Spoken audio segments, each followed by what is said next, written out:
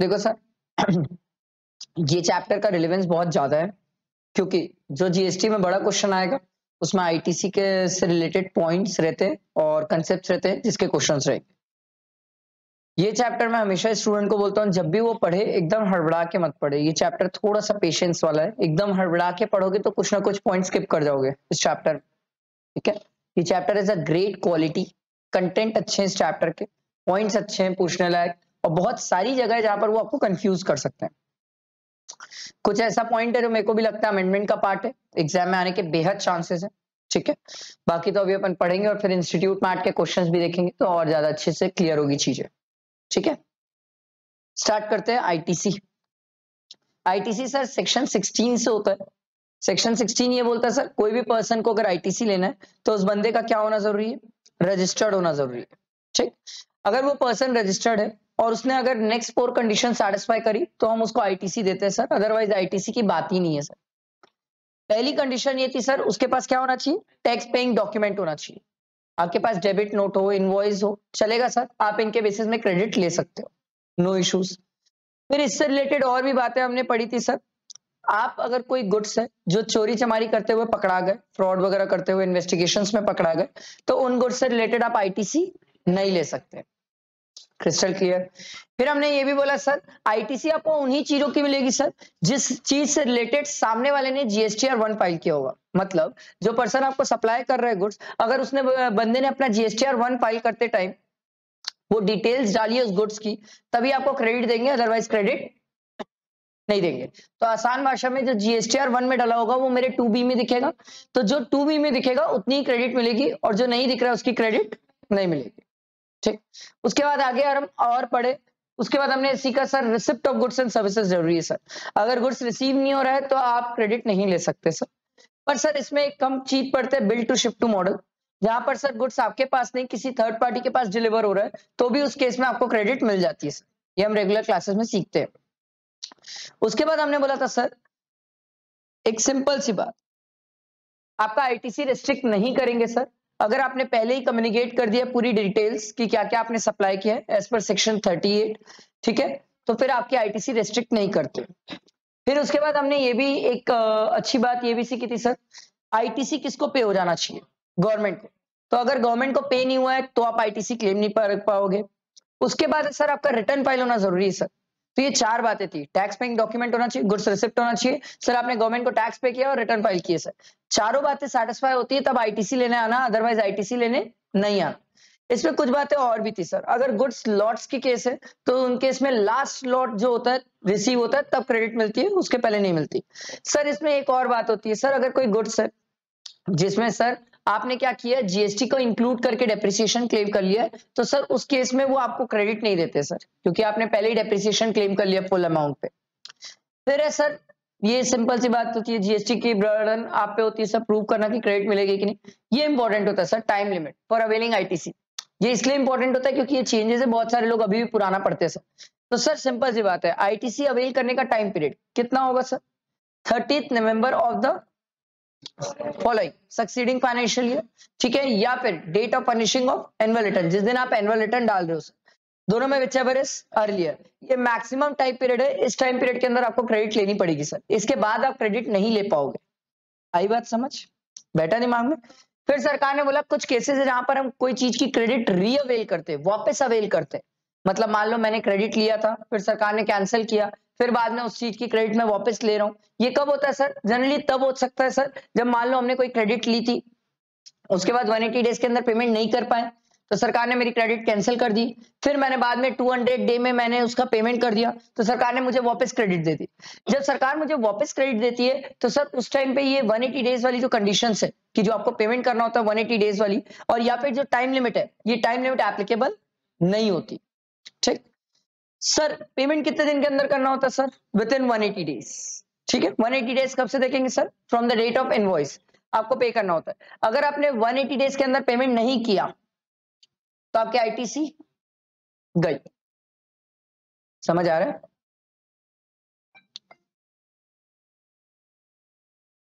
ठीक, तो इन्होंने ये बात बोली थी, इसको आपको ध्यान रखना चाहिए एग्जाम पर्पस के लिए, इसका रिलेवेंट बहुत है सर, बहुत रिलेवेंस है।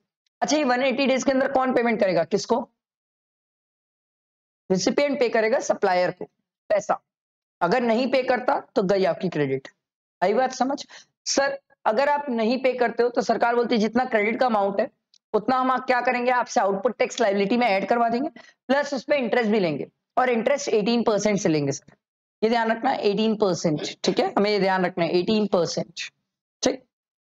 अच्छा, कल के दिन मान लो 210 डेज हो गए और 210th डे को मैंने मान लो वापस सप्लायर को क्या किया, पेमेंट कर दिया, तो सरकार बोली हम रिक्रेडिट दे देंगे, हमें कोई दिक्कत नहीं है, हम आपको क्रेडिट दे देंगे, बट आप पेमेंट किसको कर दोगे सर, सप्लायर को।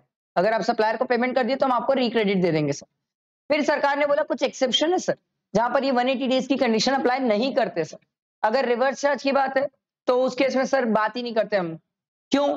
सिंपल सी बात है सर, रिवर्स चार्ज की लायबिलिटी किसके ऊपर होती है, रेसिपिएंट के ऊपर। हाँ पे तो सप्लायर को देके क्या करोगे आप, डायरेक्टली गवर्नमेंट को जाके दे दो। सरकार बोलती है सेकंड केस ये सर जो शेड्यूल 1 वाला है, जहां पर कंसिडरेशन ही नहीं है तो वहां पेमेंट की बात ही क्यों आएगी सर। तीसरा केस क्या होता था सर, कोई बताएगा तीसरा केस? सिंपल सर, ऐसा कोई एडिशन है जिसका पेमेंट सप्लायर को करना चाहिए था बट सप्लायर के बदले कौन कर दिया सर, रेसिपिएंट ने डायरेक्टली पेमेंट कर दिया, तो सरकार बोलती है उस केस में फिर 180 डेज वाली कंडीशन अप्लाई नहीं होगी सर। ऑब्लिगेशन किसका था, सप्लायर का, बट कौन कर लिया सर, रेसिपिएंट। आई बात समझ, बैठा दिमाग में? उसके बाद देखो सिंपल सेक्शन 37 पढ़े सर, रिवर्सल ऑफ आईटीसी, वही बात है सर, ये रूल्स है, रूल्स में आपको बताया सर कि क्या होगा, सिंपल सी बात है, जितना भी आपने आईटीसी लिया था वो कहां पर ऐड हो जाएगा, फॉर्म जीएसटीआर 3B, मतलब जब आप 3B पे फाइल करोगे तो सर जितनी भी आप क्रेडिट लियो, क्रेडिट के साथ साथ आपसे इंटरेस्ट भी लेंगे और 18% के हिसाब से इंटरेस्ट लेंगे। कल के दिन जब आप वापस पे कर दोगे तो हम आपको क्रेडिट दे देंगे, पर याद रखना जो आप इंटरेस्ट पे किए हो उस इंटरेस्ट की क्रेडिट नहीं देंगे सर। जो आपने क्रेडिट ली थी वो क्रेडिट दे देंगे, क्रेडिट के साथ साथ जो इंटरेस्ट पे किया उसकी क्रेडिट नहीं देंगे। आई बात समझ? ठीक है। अब ये वाला जो पॉइंट था ये बवाल था सेक्शन 37 में, ये आया था लास्ट अटेम्प्ट का अमेंडमेंट है, बट अभी तक एग्जाम में आया नहीं है। मेरे को बेहद चांसेस लगते हैं आने के, अभी तक आया नहीं है, बहुत चांसेस है कि इंस्टीट्यूट इसको पूछ सकती है। Reversal of input tax rate in case of non payment of tax by the supplier and reavailment thereof. अब यहां पर लोचा क्या हो रहा है सर, समझो सर, बहुत सिंपल सी बात है। एक बात समझो, मैंने पैसा दे दिया सप्लायर को, भाई तुरंत दे दिया, अगले दिन दे दिया, तो क्रेडिट ले लूंगा, मैंने तो कोई पाप नहीं किया सर, मैंने कोई गलती नहीं की, 180 डेज के अंदर पेमेंट कर दिया तो क्रेडिट भी ले जाना चाहिए। मैंने सप्लायर को पैसा दे दिया, अब सप्लायर की भी तो ड्यूटी बनती है जाके गवर्नमेंट को पैसा दे, होती है ना बात। अब पहले क्या होता था, नियम ये था कि सर सप्लायर अगर पेमेंट तुरंत गवर्नमेंट को नहीं किया तो मेरी क्रेडिट गई, क्रेडिट गई ना, क्योंकि क्रेडिट की कंडीशन क्या है sir, payment has been made to the government. अब होता ये था सप्लायर पेमेंट नहीं कर रहा है, उसकी गलती में मेरी एक क्रेडिट तुरंत की तुरंत चल जाती थी, जबकि मैंने 180 डेज के अंदर पेमेंट कर दिया। सरकार ने इसको चेंज किया, सरकार ने इसको चेंज किया, सरकार ने बोला नहीं भाई अब ऐसा नहीं करेंगे हम, हमने सप्लायर को भी समय दिया, सरकार ने बोला हमने सप्लायर को भी समय दिया। सप्लायर को कब पेमेंट कर देना चाहिए था, तुरंत के तुरंत पेमेंट कर देना चाहिए। अब कोई रीजन से सप्लायर नहीं कर पा रहा है, सरकार बोली कोई बात नहीं, हम सप्लायर को बोले नेक्स्ट फाइनेंशियल ईयर के 30 सितंबर तक तू पेमेंट कर दे, तो अभी भी क्रेडिट मिल जाएगी उसको, कोई दिक्कत नहीं है, हम अभी भी उसको क्रेडिट दे देंगे, और उसके पास टाइम है ना 30 नवंबर तक, तो वो उसको हम अभी भी क्रेडिट दे देंगे। अगर अब आप बात आती है सर मान लो सप्लायर ने 30 सितंबर तक पेमेंट नहीं किया, तो उस केस में बोलो, सप्लायर ने भाई मान लो सप्लायर को तो पेमेंट करना था 30 सितंबर तक, supplier has not furnished such supply till 30 सितंबर, अब क्या होगा सर, बोलो भाई, क्या इंटरेस्ट की बात आएगी? यस ऑब्वियस सी बात है सर, इंटरेस्ट की बात आएगी, क्योंकि आप गवर्नमेंट का पैसा खा रहे हो सर, गवर्नमेंट को पैसा देने में लेट करो। बात यह है कि सर इंटरेस्ट की डेट कब से होगी, कब से होगी, 30 सितंबर के बाद से या 30 नवंबर के बाद से?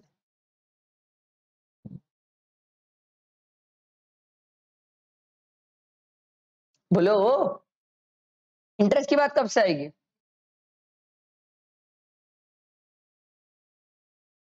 क्यों नवंबर? सर होता ही है कि जो रिसिपिएंट है उसके पास क्रेडिट अवेल करने का टाइम पीरियड कब तक है, 30 नवंबर तक, है ना, 30 नवंबर और date of furnishing of return दोनों में विच एवर इज अर्लियर, तो 30 नवंबर तक तो मेरे पास टाइम है ही ना सर, तो 30 नवंबर तक तो मुझसे इंटरेस्ट की बात मत करो। मैंने अपने साइड से तो कोई गलती की नहीं ना, मैंने तो सप्लायर को पैसा दे दिया था। वो सप्लायर चोर है, नहीं दे रहे तो मैं क्या करूं सर? 30 नवंबर तक तो टाइम दो। सरकार बोलती देख भाई ठीक है, ओके, तेरे पास 30 नवंबर तक टाइम है, अब तेरा सप्लायर दे ही नहीं रहा पैसा तो कुछ नहीं होगा, हम क्रेडिट नहीं देंगे। 30 नवंबर के बाद तो तेरे को क्रेडिट भी नहीं मिलेगी, और जो क्रेडिट तू लेके बैठा है उस पर भी क्या मिल जाएगा? इंटरेस्ट लग जाएगा सर। आई बात समझ? बैठा दिमाग में? सप्लायर के पास कब तक पेमेंट करना है? 30 सितंबर। सप्लायर को 30 सितंबर तक पेमेंट कर देना है सर। रिसिपिएंट के पास क्रेडिट का टाइम पीरियड कब तक है? 30 नवंबर। 30 नवंबर से लेट हो जाएगा तो क्या लग जाएगा? इंटरेस्ट। ये नया सेक्शन था सर, अच्छा था सेक्शन, इंपॉर्टेंट था, अभी तक एग्जाम में आया नहीं है सर। उसके बाद में अगर आप पे कर देते हो तो सरकार बोलती है फिर आप क्रेडिट ले सकते हो, कोई दिक्कत नहीं, हम आपको क्रेडिट दे देंगे, रीअवेल कर लेना क्रेडिट, अगर सप्लायर ने पेमेंट कर दिया तो। सप्लायर पेमेंट किस में करेगा? फॉर्म जीएसटीआर 3B, उसमें अगर उसने पेमेंट कर दिया तो हम आपको वापस क्रेडिट दे देंगे। ठीक है, ये वाला पॉइंट जो है ये बहुत अच्छे से मैंने समझाया, बहुत अच्छे से एक्सप्लेन किया था पिछली बार के अमेंडमेंट लेक्चर में। अगर देखना चाहो तो देख सकते हो, वहां पर भी मैंने इसको बहुत अच्छे से चार्ट के फॉर्म में और क्लासेस में भी, रेगुलर क्लासेस में भी चार्ट के फॉर्म में लिखा के बनवाया था मैंने, क्योंकि ये बहुत अच्छा पॉइंट था सर, नया पॉइंट था और एग्जाम में अभी तक आया नहीं है, और मेरे को तो बेहद चांसेस लग रहे हैं आने के इसके, क्योंकि ये अभी आया नहीं है सर। ठीक है, इसके बाद याद है सेक्शन 17(5), ये तो जान है सर, पूरे आईटीसी की जान यही बैठी है sir, block credit. Block credit हमने सिंपल ये बोला सर, कुछ ऐसी चीजें जहां पर सरकार बोलती है हम क्रेडिट तो नहीं देंगे सर। इसमें सबसे पहला क्या आता sir? Motor vehicle for the transportation of passenger, इसकी क्रेडिट हम नहीं देते, इसकी क्रेडिट हम नहीं देते। पर सर अगर 13 से ज्यादा हो पैसेंजर्स तो उस केस में हम क्रेडिट दे देंगे, इंक्लूडिंग ड्राइवर। याद आई बात? फिर सरकार ने बोला चलो मान लो भाई 13 पैसेंजर वाली बात नहीं है, 13 से भी कम है, बट अगर आप फर्दर सप्लाई कर रहे हो मोटर व्हीकल, आपका काम ही है मोटर व्हीकल बेचने का, सरकार बोली दे देंगे क्रेडिट। सर आप पैसेंजर ट्रांसपोर्टेशन के लिए यूज कर रहे हो मोटर व्हीकल, दे देंगे सर। या फिर सर उस मोटर व्हीकल में ट्रेनिंग प्रोवाइड कर रहे हैं, याद है ना मारुति वाला एग्जांपल लिए थे, ड्राइविंग स्कूल, सर दे देंगे क्रेडिट। मैं बोला मोटर व्हीकल में क्या ट्रेन आएगी? सरकार बोली कैसी बकवास बातें कर रहा है, वो मोटर व्हीकल लिखा है भाई, ट्रेन कैसे आएगी? तो मैं पूछा मोटर व्हीकल में ई रिक्शा आ जाएगा? सरकार बोली सुन, टू व्हीलर और ई रिक्शा अगर अप टू 25 सीसी है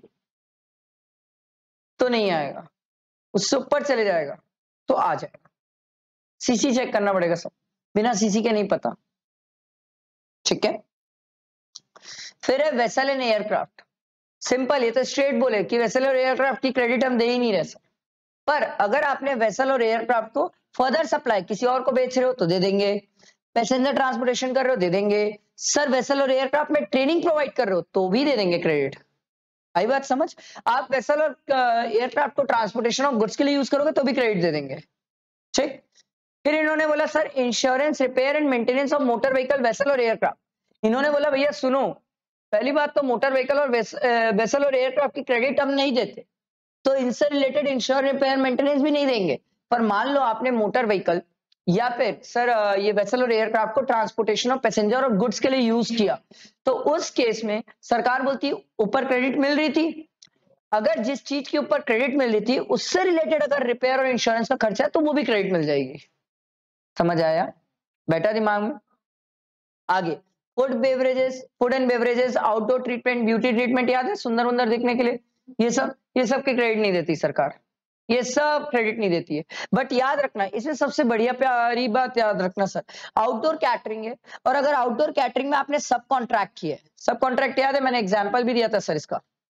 ठीक है, मान लो आयुषी, उसकी शादी में मैं कैटरिंग का काम कर रहा हूँ, ठीक है, तो सर मान लो यहां पर मैं कैटरिंग का काम कर रहा हूं तो आउटडोर कैटरिंग की क्रेडिट नहीं है सर। पर सर दारू का काउंटर मैं नहीं लगाता हूं, तो दारू के काउंटर के लिए मैंने किसी और से बात करी है सर, ठीक है, सिमिलर लाइन ऑफ बिजनेस में सर, तो सब कॉन्ट्रैक्ट कर रहा हूं, सब कॉन्ट्रैक्ट की क्रेडिट दे देते सर, ये आई बात? ठीक, इसके बाद मेंबरशिप ऑफ क्लब, फिटनेस, ये सब चीजें नहीं देते सर, ट्रेवल बेनिफिट्स वगैरह सब नहीं देंगे। बट सरकार बोली इन सब की चीजों की क्रेडिट एक शर्त में देंगे, अगर स्टैट्यूटरी ऑब्लिगेशन है तो दे देंगे, लॉ में लिखा है तो दे देंगे, नहीं तो नहीं देंगे। आई बात समझ? आई बात समझ? अगला है वर्क कॉन्ट्रैक्ट, ठेकेदारी। सरकार ने प्यार से बोला हम ठेकेदारी की क्रेडिट देते ही नहीं, अगर वो ठेकेदारी इमोरल प्रॉपर्टी से रिलेटेड है तो हम मतलब क्रेडिट नहीं देंगे। मैं बोला अच्छा चलो मान लो प्लांट मशीन से रिलेटेड वर्क कॉन्ट्रैक्ट सर्विसेज है, तो सरकार बोली दे दिए क्रेडिट, हमें कोई दिक्कत नहीं। वर्क कॉन्ट्रैक्ट से रिलेटेड है तो दे देंगे, मतलब सॉरी उससे रिलेटेड प्लांट एंड मशीन से रिलेटेड हो, इमोएल से रिलेटेड होगा तो क्रेडिट नहीं मिलेगा। आई बात समझ, बेटर दिमाग में। अच्छा मैं बोला सुनो ना, वो ऊपर आपने मेरे को सब कॉन्ट्रैक्ट सिखाया था, मैं बोला ठेकेदारी में भी तो सब कॉन्ट्रैक्ट हो सकता है। सरकार बोली वेरी गुड, अगर ठेकेदारी में भी सब कॉन्ट्रैक्ट है तो सब कॉन्ट्रैक्ट की क्रेडिट हम दे देंगे। आई बात समझ। आपको इसमें प्लांट एंड मशीन याद रखना सर, क्या चीजें प्लांट एंड मशीन में नहीं आती है, लैंड बिल्डिंग और civil structure, telecommunication tower, pipelines नहीं आते, laid outside the factory premises. इसमें वो कंफ्यूज करते हैं सर आपको एग्जाम में। अगला सरकार ने बोला इनपुट और इनपुट सर्विसेज है for construction of immovable property, सरकार बोली इसकी क्रेडिट नहीं देते। मैं बोला अच्छा मान लो यही इनपुट मैंने प्लांट एंड मशीन के लिए मंगाया, तो सरकार बोली ले रहा क्रेडिट, कोई दिक्कत नहीं है। इनपुट अंडर कंपोजिशन स्कीम, ये तो हम पहले ही पढ़े, कंपोजिशन स्कीम में क्रेडिट कहाँ मिलती है, ठीक है। इनपुट बाय नॉन रेसिडेंट, हम यहाँ इंडियन से लड़ रहे हैं, नॉन रेसिडेंट तो आना ही मत पिक्चर में, ठीक। उसके बाद सर हमने ये अगला पॉइंट बोला सर गुड्स और सर्विसेज फॉर सीएसआर एक्सपेंडिचर, ये अमेंडमेंट था सर, याद है ना, सीएसआर कॉर्पोरेट सोशल रिस्पॉन्सिबिलिटीज। अब तो आप इसको बहुत अच्छे से समझते हो सर इस वर्ड को। सरकार बोली इससे रिलेटेड भी होगा तो क्रेडिट नहीं देंगे। मैं बोला क्या बात करते हो, अब भी अंबानी परिवार एक पार्क खरीदा है सोशल चैरिटी पर्पस के लिए, ये सीएसआर पर्पस के लिए। मैं बोला नहीं दोगे, बोले नहीं नहीं देंगे। वहां पर अगर कोई गुड्स या सर्विसेज लगा होगा हम क्रेडिट नहीं दे रहे, जीएसटी में क्रेडिट नहीं दे रहे। पर्सनल कंजम्पशन देते नहीं, लॉस स्टोलन डिस्ट्रॉयड डैमेज ये देते नहीं है सर। इवेजन और कॉन्फिस्केशन, चोरी चमारी करते हुए पकड़ा गया या कोई आपको पकड़ लिया, जब्ती कर लिया आपकी चीजों की, तो सरकार बोली उसकी क्रेडिट हम नहीं देते हैं। आई बात समझ। इसके बाद ये जो क्लैरिफिकेशन है sir on availment of ITC, इसको जस्ट रीड करना चाहिए। इसका एक सिंपल मैं आपको क्रक्स बताता हूँ, बट इसको एक बार जरूर रीड करना स्टूडेंट्स। सर अपन जैसे कोई भी चीजें खरीदते हैं तो उसपे वारंटी होती है। अब कई बार क्या होता है वारंटी के टाइम पीरियड में वो चीज खराब हो जाती है, तो खराब होती है तो सामने वाला क्या करता है उसको रिप्लेस करके दे देता है वो पार्ट को। बात यहाँ पर इसी चीज की लड़ाई हो रही है, जो वो सामने वाला पार्ट रिप्लेस करके आपको दे रहा है उस पार्ट से रिलेटेड क्रेडिट मिलेगी कि नहीं। सरकार बोलती है भाई एक बात बता, जब कोई पर्सन किसी और को कोई गुड सेल किया है तो वो सेल करते टाइम उस वारंटी के चार्जेस तो उसमें इंक्लूड किया ही होगा प्राइसेस में। मैं बोला बिल्कुल इंक्लूड किया है। सरकार बोली वही तो बोल रहे हैं, जब वो वारंटी के चार्जेस इंक्लूड कर चुका है तो प्रैक्टिकली वो उस पार्ट से रिलेटेड भी पैसा क्या कर रहा है, ले चुका है। तो सरकार बोल रही है हम उसकी क्रेडिट क्यों नहीं देंगे, हमें क्या दिक्कत है क्रेडिट देने में। आई बात समझ। मैं बोला सर चलो मान लो अगर ये तो ठीक है, मान लो कोई चीज अगर आउट ऑफ वारंटी हो गई तो सरकार बोली फिर तो टेंशन ही नहीं है, जब आउट ऑफ वारंटी होगी तो तू भी पैसा लेगा उससे, तो मैं क्यों क्रेडिट नहीं दूंगी। आ रही बात समझ, बेटा दिमाग में ये दिया हुआ है सर, इसको मेरे हिसाब से स्टूडेंट को एक बार जरूर अच्छे से पढ़ना चाहिए। एकदम खोद के डीप में मत जाना, बट इसको एक बार रीड जरूर कर लेना। रीड भी करोगे तो आपको क्रिस्टल क्लैरिटी हो जाएगी कि किस चीज से रिलेटेड लड़ाई चल रही थी सर। आया समझ बेटा दिमाग में, आ गया ठीक। अगला दिया हुआ है apportionment of credit and block credit. हमने सिंपल बोला सर जो क्रेडिट आपके बिजनेस से रिलेटेड है वही मिलती है, जो बिजनेस से रिलेटेड नहीं होती उसकी क्रेडिट नहीं मिलती है। फिर सरकार ने बोला सर आप टैक्सेबल सप्लाईज की क्रेडिट लेते हो, टैक्सेबल में आप जीरो रेटेड ले लो, ठीक है, एक्सपोर्ट से रिलेटेड ले लो, इन सब की क्रेडिट ले सकते हो सर, कोई दिक्कत नहीं है सर, हम आपको क्रेडिट दे देंगे सर। बट आप एग्जाम की मत लेने आना, एग्जाम की क्रेडिट कैसे दे देंगे सर आपको, एग्जाम की थोड़ी दे देंगे।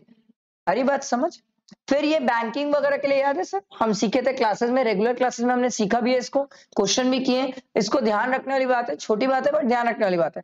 बैंकिंग के केस में इनको ऑप्शन दिया जाता है, आप या तो सर पूरा कंप्यूट कर लो कि कितनी टैक्सेबल वाली है, कितनी एग्जाम वाली है, कितनी क्रेडिट मिलना चाहिए, कितनी नहीं मिलना चाहिए, आप पूरा कैलकुलेट कर लो। तो बैंक वाला बोला इतना कचर कचर नहीं होता, तो सरकार बोली एक काम कर, ठीक है तेरी कितनी क्रेडिट है, मैं बोला 10,000, सरकार बोली उसका 50% कर ले, 5,000 हम तेरे को क्रेडिट दे देंगे और 5,000 हम तेरा क्या करेंगे आउटपुट टैक्स लायबिलिटी में जुड़वा देंगे। मैं बोला ऐसा क्यों, सरकार बोली देख जो तेरे को सप्लाई किया होगा वो अपना जीएसटीआर 1 डाला होगा, 1 डाला होगा तो तेरे 2B में पूरा 10,000 दिख रहा होगा। मैं बोला हाँ, सरकार बोली तूने 2B में पूरा 10,000 क्रेडिट ले लिया, बट तेरे को प्रैक्टिकली मिलनी कितनी चाहिए 5,000, तो बची जो 5,000 है वो हम तेरा क्या करेंगे आउटपुट टैक्स लायबिलिटी में जोड़वा देंगे। तो बात तो वही हुई ना, आप क्रेडिट मेरे को दिए कितनी 5,000। आई बात समझ बेटा दिमाग में। अरे समझ आया ना, ठीक है। इसके बाद और आगे बढ़ते हैं सर। ये सीएमए वालों के लिए होता है सर, सीए वालों के लिए नहीं होता है सर। जहां पर इनपुट और इनपुट सर्विसेज की क्रेडिट को अपॉर्शन करते हैं, बांट देते हैं सर, ठीक है। ये सीएमए वालों के लिए होता है, सीए वालों के लिए एप्लीकेबल नहीं है सर। यहाँ पर हम क्या करते हैं, रियल लाइफ में ऐसे ही होता है, लिटरली रियल लाइफ में ऐसे ही होता है। जब आप फाइनल में जाओगे सीए वाले लोग तो पढ़ोगे, आप यही चीज पढ़ोगे सर। है इंटर में तो सिलेबस से एक्सक्लूड किए, फाइनल में ये इंक्लूडेड है सर। सीएमए वालों के लिए तो अभी भी है सर, बड़ा प्यारा ऐसा बोलते हैं। आप एक काम करो, कोई भी इनपुट और इनपुट सर्विसेज को कैटेगरी में बांट दो। पहले, क्या वो बिजनेस पर्पस के लिए यूज हो रहा है? मैं बोला नहीं, वो बिजनेस पर्पस के लिए नहीं है, सरकार बोली क्रेडिट ही नहीं देंगे, बात ही खत्म। दूसरा, क्या वो एग्जाम के लिए यूज हो रहा है? मैं बोला हाँ एग्जाम के लिए यूज होता है, क्रेडिट ही नहीं देंगे। सरकार बोली क्या ब्लॉक क्रेडिट है? मैं बोला हाँ ब्लॉक क्रेडिट के अंदर आता है। सरकार बोली आना ही मत। सरकार बोली 100 रुपए था तेरे पास, 100 रुपए में से 10 इसका, 10 इसका, 10 इसका, तो तू 30 रुपए माइनस कर ले, बचा कितना? 70। समझ आया ना, 70 बचा। अब सरकार बोलती है 70 में से बातें करते हैं सर, क्या ये 70 वो है जो टैक्सेबल और एग्जाम दोनों के लिए यूज हुआ है? मैं बोला हाँ ये वही है 70 जो टैक्सेबल और एग्जाम के लिए दोनों के लिए यूज हुआ है, ठीक है। अब सरकार क्या बोलती है, एक काम कर, इसमें पता कर कितना एग्जाम सेल किया तूने, कितना एग्जाम सप्लाई किया और कितना टैक्सेबल सप्लाई किया। तो मैं बोला भाई देखो, मेरा एग्जाम सप्लाई 150 है, ठीक है, और टैक्सेबल और एग्जाम दोनों को मिलाता हूं तो 300 है। तो सरकार बोली बोल ना 50% ही तो तेरा एग्जाम और 50% टैक्सेबल सप्लाई किया है। तो सरकार बोली तेरे को क्रेडिट भी कितनी मिलेगी? 35। आई बात समझ? जो एग्जाम वाली होगी वो मिलेगी नहीं, जो टैक्सेबल वाली होगी वो मिल जाएगी। एकदम सिंपल क्लियर है, आप इसको फाइनल में पढ़ोगे सर, ठीक है। फिर सरकार बोलती है देख, जो नॉन बिजनेस पर्पस के लिए भी है उसका भी जो 5% है कॉमन क्रेडिट में, जो कॉमन तूने निकाला होगा ना, ये 70 रुपए जो कॉमन निकाला है, इसका भी जो 5% है ये भी हम तेरे को और नहीं देंगे, ठीक है। ये तरीका है पूरा फॉर्मेट निकालने का। इसको मैं रेगुलर क्लासेस में सीएमए वालों को सिखाता हूँ सर, कैसे निकालते हैं करके। इसका एक चार्ट बनाते हैं हम, चार्ट बना के निकालते हैं, बड़ा प्यारा सा होता है सर, बहुत मजा आता है सर। इसके बाद ये कैपिटल गुड्स का भी सेम कहानी है, नॉन बिजनेस पर्पस देंगे नहीं, एग्जाम के लिए देंगे नहीं, ब्लॉक के लिए आना मत, जो बचेगा कॉमन। कॉमन के बाद ये सिंपल ये बोलते हैं सर देखो कैपिटल गुड्स की कहानी है, तो इन्होंने बोला सर कितने क्वार्टर यूज हुआ है, कितने क्वार्टर नहीं यूज हुआ है, ये चेक करना पड़ेगा। और एक प्लांट एंड मशीन की लाइफ अपन कितने साल मानते हैं? 60 महीने 5 साल, उसके बेसिस में अपॉर्शन करते हैं और फिर क्रेडिट मिलती है सर। कितने महीने आपने कैपिटल गुड्स को बिजनेस पर्पस के लिए यूज किया, ठीक। फिर उसके बाद अपन इनटू करते हैं कितने एग्जाम के लिए थी, कितनी टैक्सेबल के लिए थी। थोड़ा प्रोसेस लंबा है बट मजेदार है सर, सीखने लायक है, मजा आता है। सीएमए वालों में इसका क्वेश्चन भी होता है sir.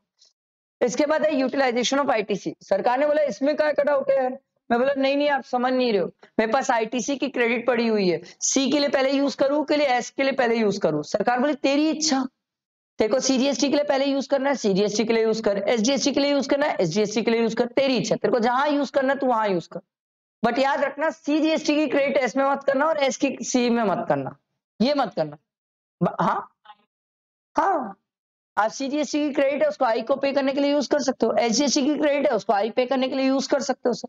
Utilisation of input tax credit, आई बात समझ? इसके बाद रूल 86 ए सर, ये क्या होता है सर? सिंपल, सरकार ने बोला कुछ केसेस है यहाँ पर हम आपको इलेक्ट्रॉनिक क्रेडिट लेजर में क्रेडिट पड़ी भी होगी तो यूज करने नहीं देंगे। मैं बोला बताओ कौन कौन से केसेस है? सरकार बोली सर देखो, ऐसा कोई पर्सन जो है ही नहीं, आप उसके नाम से क्रेडिट ले रहे हो। सरकार बोली जब वो आदमी ही नहीं है तो उसका बिल कैसे बना और उसकी क्रेडिट कहां से आई सर? आपने गुड्स रिसीव ही नहीं किया, गवर्नमेंट को टैक्स नहीं पे किया सर। सर जो डॉक्यूमेंट चाहिए आपको क्रेडिट लेने के लिए वो डॉक्यूमेंट आपके पास है नहीं। सरकार बोली इन सब केसेस में हम आपको इलेक्ट्रॉनिक क्रेडिट लेजर में भले ही रिफ्लेक्ट करें कि क्रेडिट पड़ी है बट हम आपको यूज करने नहीं देंगे सर। आई बात समझ? ठीक है। इसके बाद 86 बी है, ये बड़ा प्यारा है सर, इसके क्वेश्चन आते हैं एग्जाम में, ठीक है। Restriction of use of amount available in the electronic credit ledger. सरकार बोलती है क्रेडिट लेजर में जो आपके पास पैसा पड़ा है ना वो पूरा यूज करने नहीं देंगे। बोले वाह ये कौन सी बात हुई, क्रेडिट तो मेरी है। सरकार बोली हाँ तेरी ही है बट पूरा यूज करने नहीं देंगे। मैं बोला कितना? 99% सर। 99% किसका? आउटपुट टैक्स लायबिलिटी का। मतलब मान लो अगर मेरी आउटपुट टैक्स लायबिलिटी 10 लाख रुपए की है तो 10 लाख रुपए का 99% कितना हो जाएगा सर? 9,90,000 रुपए। तो सरकार ये बोलती है तेरे पास क्रेडिट भले ही 12 लाख की पड़ी हो, हमें उससे घंटा फर्क पड़ता है, हम क्रेडिट कितनी यूज करने देंगे? 9,90,000। 1% तो तेरे को कैश में पैसा देना ही पड़ेगा। पर ये किसके ऊपर अप्लाई होता है सर? ऐसा कोई भी रजिस्टर्ड पर्सन जिसका एक महीने में 50 लाख से ज्यादा का सप्लाई है, सरकार बड़े बड़े लोगों को पकड़ती है सर, छोटे लोगों को नहीं बोल रही है। छोटे लोग आज भी पूरी क्रेडिट ले सकते हैं सर, ठीक है। बट जब ये हम सप्लाई चेक करेंगे तो इसमें एग्जेम्प्टेड नहीं आएगा और जीरो रेटेड को बाहर रखेंगे सर। आई बात समझ? बेटा दिमाग में याद रखना sir, extent of 99% of the output tax liability, ठीक। फिर नॉन एप्लीकेबिलिटी, सरकार बोली कुछ केसेस यहाँ पर इन 99% की जो कंडीशन है ये इन लोगों पे अप्लाई नहीं होती है। पहला देखो क्या लिखा हुआ है, ऐसा कोई आदमी जो इनकम टैक्स 1 लाख से ज्यादा पे कर रहा है, वो भी each of the 2 financial year, और दोनों फाइनेंशियल ईयर की due date of filing of return खत्म हो चुकी है। सरकार बोली अबे बहुत बड़ा आदमी है ये तो भयानक इनकम टैक्स दे रहा है भाई। सरकार बोली अच्छा आदमी है, दे दो क्रेडिट, दे दो पूरी क्रेडिट, अच्छा आदमी है। अगला देखो सर, जिसका आईटीसी का रिफंड 1 लाख से ज्यादा पड़ा है, सरकार बोली पागल आदमी, उसको पैसा वापस करना पड़ेगा, इससे अच्छा बेटर है क्रेडिट यूज करने दे, हम नहीं दे रहे पैसे वापस, क्रेडिट यूज करने दे, ठीक है। उसके बाद सर देखो, cumulative discharge of tax liability of more than 1% during the financial year. Sir आप जो टैक्स लायबिलिटी डिस्चार्ज कर रहे हो वो 1% से ज्यादा डिस्चार्ज कर रहे हो सर, आपको ज्यादा पैसा देना पड़ जा रहा है, तो सरकार बोली क्रेडिट दे देंगे हम, ठीक। उसके बाद है सर स्पेसिफाइड रजिस्टर्ड पर्सन, यहाँ पर कौन आता है, ये तो गवर्नमेंट है sir, government, public sector, local authority, statutory body, इनको सरकार ने बोला सर। आई बात समझ? Simple simple. आगे देखो सर, सेक्शन 18 वेरी सिंपल, ये एग्जाम में आता है, इसके भी क्वेश्चंस आते हैं सर, बहुत आते हैं इसके एग्जाम में क्वेश्चंस। सर क्या जैसे ही हमारा टर्नओवर लिमिट से एक्सीड करता है क्या हमें रजिस्ट्रेशन कराना पड़ता है? यस, सरकार बोलती है रजिस्टर कराना पड़ता है। सर रजिस्ट्रेशन कराने के लिए हमारे पास टाइम पीरियड कितना है? With in 30 days. 30 डेज के अंदर आप अप्लाई करोगे रजिस्ट्रेशन के लिए। सरकार बोली जिस दिन आप अप्लाई कर दी, एग्जैक्टली सरकार ने क्या बोला, जिस दिन आप लायबल हो गए थे रजिस्ट्रेशन के लिए, तब से लेके 1 साल पहले तक जितने भी आपके पास इनपुट पड़ा होगा उसकी क्रेडिट हम देंगे, प्रोवाइडेड याद रखना जब आप लायबल टू रजिस्टर थे उसके 30 डेज के अंदर आप अपने अप्लाई किए। अगर आप 30 से लेट किए हो ना सर तो ये अप्लाई नहीं होगा सर, ये पॉइंट अप्लाई नहीं हो पाएगा सर, ठीक है। 30 डेज के अंदर अप्लाई करना होगा। दूसरा केस था वॉलंटरी रजिस्ट्रेशन, कोई आदमी सामने आके रजिस्टर करा रहा है, सरकार बोली ओके वेरी गुड, जिस दिन आपको रजिस्ट्रेशन सर्टिफिकेट मिला, जैसे मान लो आज ही मिला, तो सरकार बोली आज से 1 साल पहले तक जितने भी तेरे पास इनपुट के इनवॉइस होंगे ना, क्रेडिट हम दे देंगे सर। तीसरा, ऐसा कोई आदमी जो कंपोजिशन में चलता था अब नॉर्मल में आ गया, सरकार बोली वेरी गुड, आज तू नॉर्मल स्कीम में आया, आज तेरा टर्नओवर 1.5 करोड़ से एक्सीड कर गया, तो सरकार बोलती वेरी सिंपल, आज से 1 साल पहले तक के जितने भी इनपुट होंगे एंड कैपिटल गुड्स, क्रेडिट हम देंगे तेरे को। दोनों आते हैं यहाँ पर, इनपुट और कैपिटल गुड्स दोनों आते हैं, क्रेडिट हम देंगे। पर याद रखना कैपिटल गुड्स के केस में ना प्रोपोर्शनेट हटवा देंगे हम, 5% ऑफ द पर मंथ और क्वार्टर, ये हम हटवा देंगे सर। मैं बोला हटा क्यों रहे हो? सरकार बोली गधे तू कंपोजिशन के लिए यूज कर रहा था पहले, अब टैक्सेबल के लिए लेके आ रहा है, तो जितने टाइम कंपोजिशन के लिए यूज किया उतने की क्रेडिट क्यों देंगे तेरे को? तू जितने टाइम टैक्सेबल के लिए यूज करेगा उसके लिए क्रेडिट देंगे। समझ आई बात?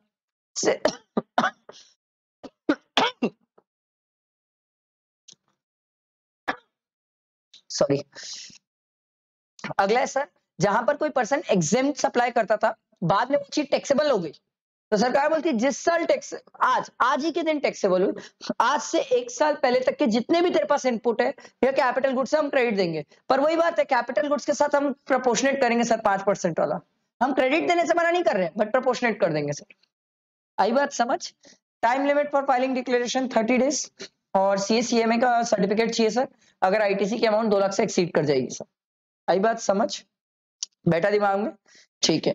इसके बाद सर आगे आओ सर, इसके बाद और आगे आओ, ठीक है। ये देखो sir, manner of reversal of ITC.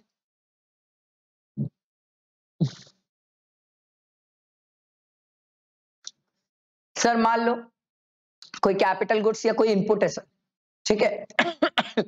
पहले टैक्सेबल के लिए यूज करते थे, बाद में एग्जाम के लिए चले गए, तो सरकार बोली वेरी गुड, तो फिर जितना तेरे पास इनपुट है जो तूने टैक्सेबल के लिए यूज किया वो हम क्रेडिट दे देंगे, और जितना तेरे पास इनपुट बचा है, अब आगे तो एग्जाम्प्ट है तो आगे तो क्रेडिट मिलना नहीं है, तो उसको हम क्या कर देंगे रिवर्स। मैं बोला चलो ये इनपुट तो बच्चा ही बताए, कैपिटल गुड्स बोलो। सरकार बोली कैपिटल गुड्स का ना एक काम कर, अपन क्या करेंगे, एक कैपिटल गुड्स की लाइफ 5 साल मानेंगे, मतलब बेसिकली 60 महीने। ठीक है, अपन क्या करेंगे, तेरे से ये पूछेंगे तू कितने टाइम तक टैक्सेबल के लिए यूज किया, मैं बोला 18 मंथ्स। तो सरकार बोली देख जितनी तेरी क्रेडिट है, मान लो 1,20,000 क्रेडिट है, तो 1,20,000 डिवाइडेड बाय 60 पर मंथ कितना आ गया, 2,000 रुपए। ठीक है, इंटू 18, क्योंकि 18 मंथ्स तूने टैक्सेबल के लिए यूज किया ना, इतनी दे देंगे। बची हुई क्रेडिट तेरी गई, बची तो नहीं देंगे सर, क्योंकि आगे एग्जाम के लिए यूज करेगा। समझ आई बात, बैठा दिमाग में। इसके बाद अगर आप कल के दिन sir capital goods plant machine अगर उसको बेचते हो, यूज करने के बाद बेचते हो, तो सरकार बोली भैया सुनो उसमें आपको पे करना पड़ेगा higher of the following amount.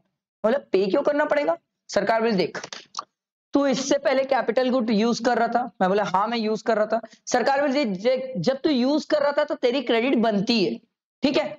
अब तू यूज कर ले, मान लो जैसे एक प्लांट मशीन में खरीद के लाया, ठीक है, उसको मैंने 3 क्वार्टर यूज कर लिया, तो सरकार बोली वेरी गुड, तो 3 क्वार्टर का कितना हो जाएगा, 5 इंटू 3 15% हो जाएगा।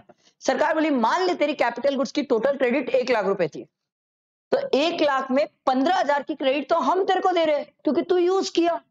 बचा जो 85 है वो तो नहीं मिलना चाहिए, मैं बोला ओके 85 नहीं मिलना चाहिए। सरकार बोली 85 पहला पॉइंट। दूसरा है टैक्स ऑन ट्रांजेक्शन वैल्यू। सरकार बोली कितने में बेचा प्लांट मशीन, मैं बोला 10 लाख। सरकार बोले जीएसटी कितना लगा, मैं बोला 10%, तो 10 लाख का 10% कितना हुआ 1 लाख। सरकार बोली पहला पॉइंट 85,000, दूसरा केस है 1 लाख, दोनों में विच एवर इज हायर।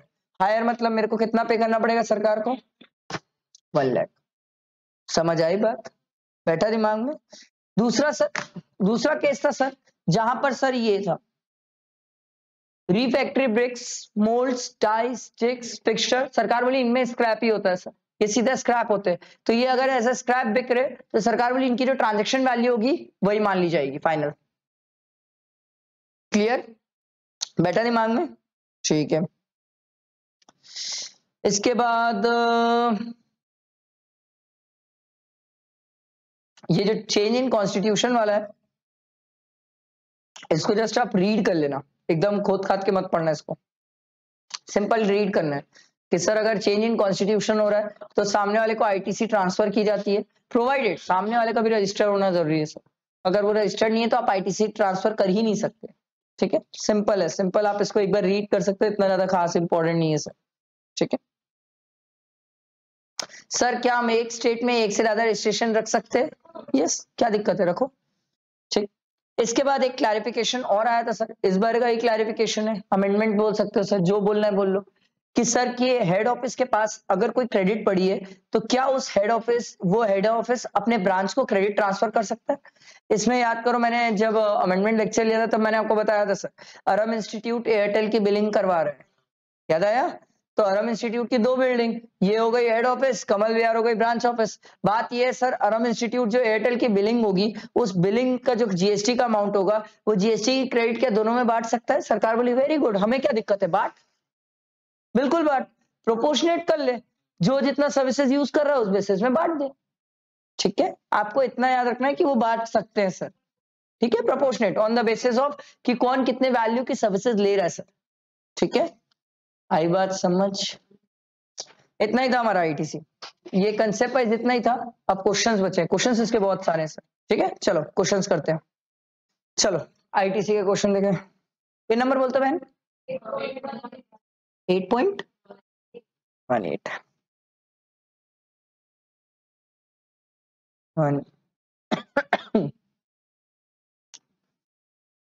यही तो है सर, मेरे हिसाब से तो ये क्वेश्चन नहीं करना चाहिए। कारण ये है कि ये क्वेश्चन ना पुराने पैटर्न से किया हुआ है, और सर हम नए लॉ में ये सीखे हैं एज पर सेक्शन 16 कि जितने का जीएसटीआर 1 डला है और आपके 2B में रिफ्लेक्ट होता है उतने की पूरी क्रेडिट मिलती है, ठीक है। बट ये क्वेश्चन ना पुराने लॉ के हिसाब से कॉम्प्लिकेटेड था, अभी तो बहुत सिंपल है, एकदम सिंपल है। चलो पढ़ लेते, सिंपल है।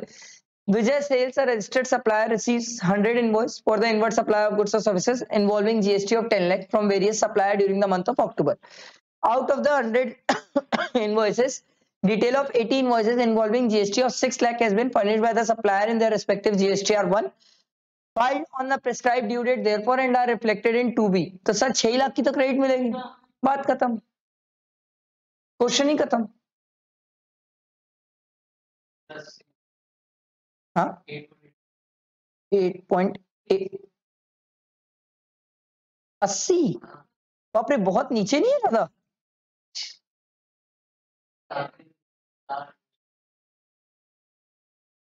8.80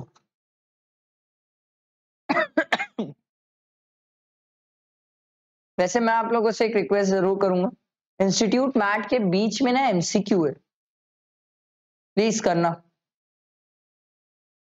अच्छे हैं।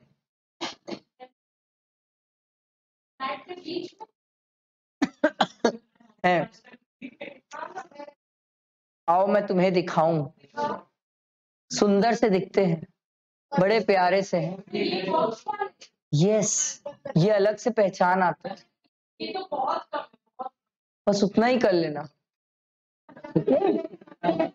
जितने उतने ही कर लेना। मैं कहाँ बोल रहा कुछ और भगने में, तो बोल रहा जितना है उतना ही कर लेना, ठीक है, बट कर लेना, अच्छे क्वेश्चंस है, मजा आएगा, ठीक है।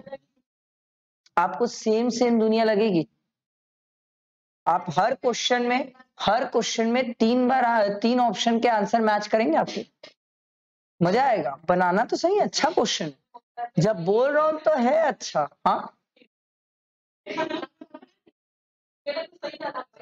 हाँ मैं तो सॉल्व कर लिया, इसीलिए तो बता रहा हूँ। नहीं वीडियो खाली बैठा था तो मेरे से एक स्टूडेंट ने डाउट पूछा, तो मैं ऐसे ही बक सॉल्व कर दिया था कैल्सी। आप लोग को करना होगा पेशेंस, कॉपी, ठीक है। चलो आओ क्वेश्चन नंबर 2 देखते हैं।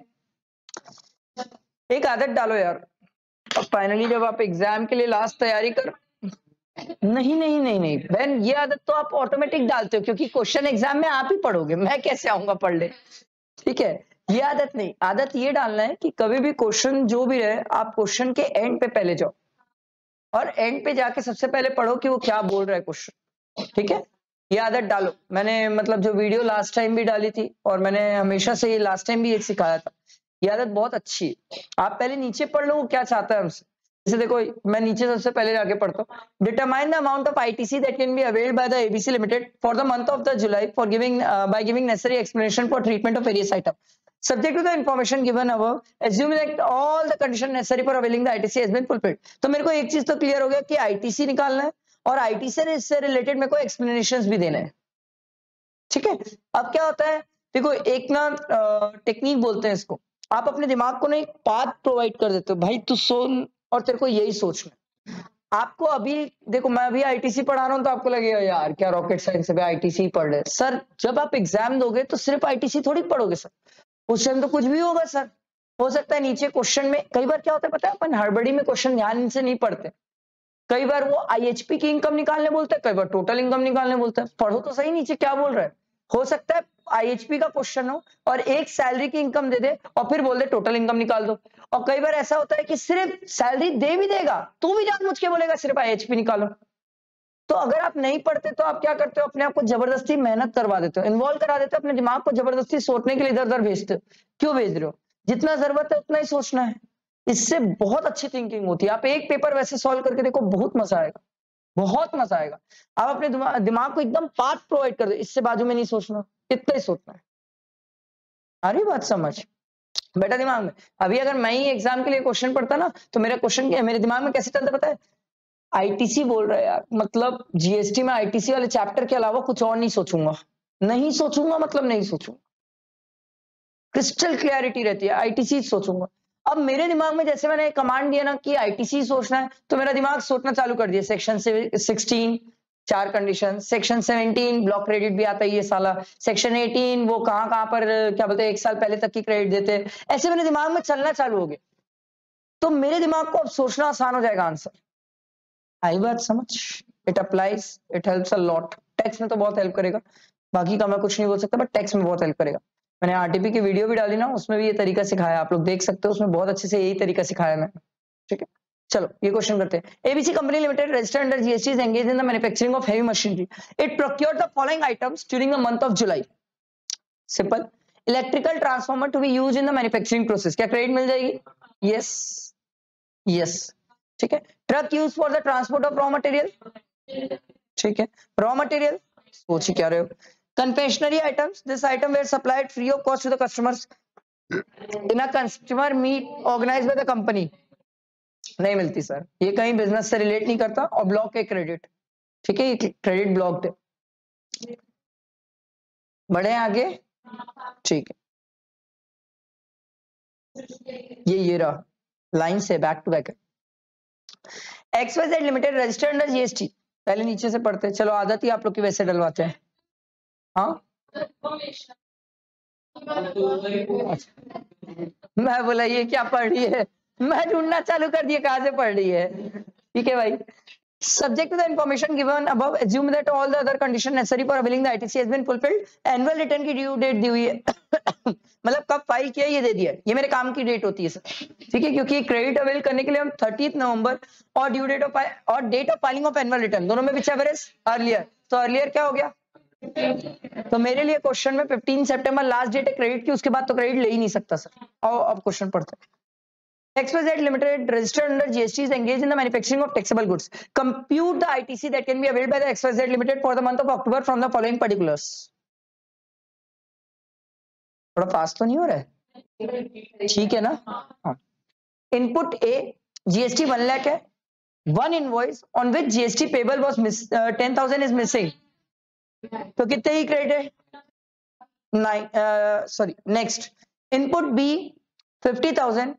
Input are to be received in 2 lots. First lot has been received in October.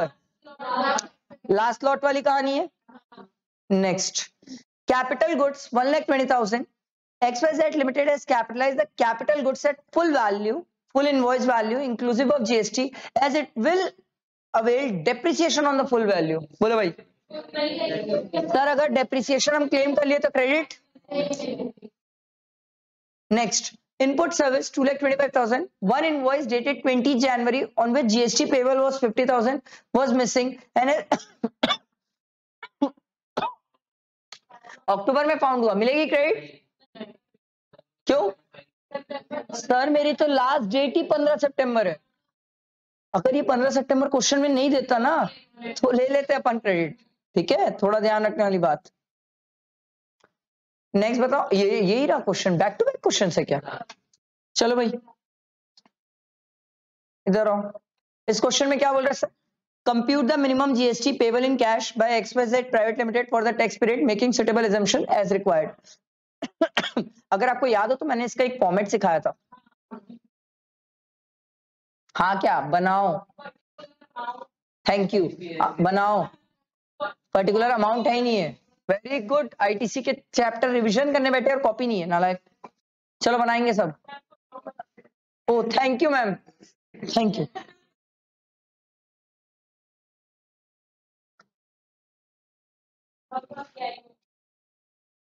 Thank you ma'am, thank you ma'am.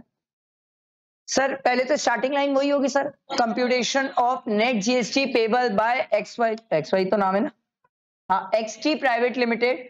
ठीक है, आगे अगर आपको एग्जाम में दे देगा फॉर द फाइनेंशियल ईयर तो आप भी लिखेंगे sir for the financial year. GST में जनरली नहीं देता, जीएसटी में जनरली कुछ अक्ता नहीं है इस चीज को लेके। जनरली में फाइनेंशियल ईयर वगैरह ना इनकम टैक्स में खेलता है, for the financial year, for the assessment year, ऐसे इनकम टैक्स में खेलता है। ठीक है, तो स्टार्टिंग लाइन यही होगी। इसके बाद हम लिखेंगे सबसे पहला पर्टिकुलर्स। अरे यार ये इतनी मोटी क्यों है पेन? ठीक, सबसे पहले लिखेंगे पहले पर्टिकुलर्स। ठीक, उसके बाद क्या आएगा? हाँ सर वैल्यू, नालायको। फिर CGST,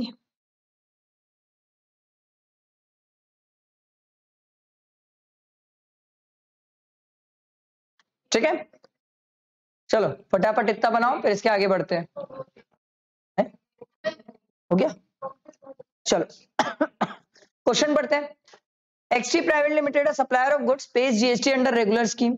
it has made the following outward taxable supply, outward, ठीक है। तो पहला दिया हुआ है सर, चलो आओ लिखते हैं ना।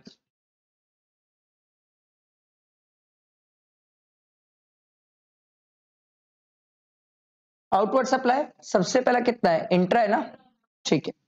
तो इंट्रा स्टेट 8 लाख। अच्छा एक बात बताऊं, वैसे तो जनरली जीएसटी के परसेंटेज के साथ इन लोग खेलते नहीं है, पर अभी अभी इंस्टीट्यूट थोड़ी सी पागल हो गई है, पता नहीं जीएसटी के परसेंटेज के साथ खेल रही है। 2, 5, 10, 8, 12 कहीं से भी ला रही है। नॉर्मली क्या होता है, अपन 9, 9, 9, 18 की आदत होती है सर। तो एग्जाम में ऐसा नहीं कि दन्न से 9, 9, 18 डाल दिए सर, थोड़ा परसेंटेज भी देख लेना। खेलिए इंस्टीट्यूट, नहीं तो आप एक काम करो सर, नवंबर 22 का पेपर देख लो, मई 22 का पेपर देख लो, इंस्टीट्यूट गजब खेलती परसेंटेज के साथ। मैं ऐसा नहीं बोल रहा हूं आपके टाइम में खेलेगी, कोई गारंटी नहीं है ना, बट नहीं खेलेगी करके, ठीक है। बेटर है परसेंटेज देख लेना। यहां तो चलो सिंपल है, 9% है, बताओ भाई।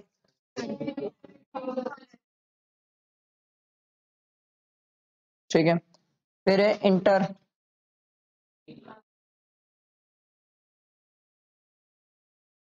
3 लाख, सीधा 18%।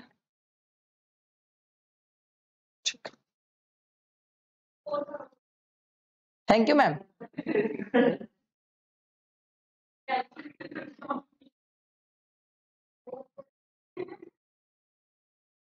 देखा कितना अच्छा कैलसी एग्जाम के पहले 2 का दिया।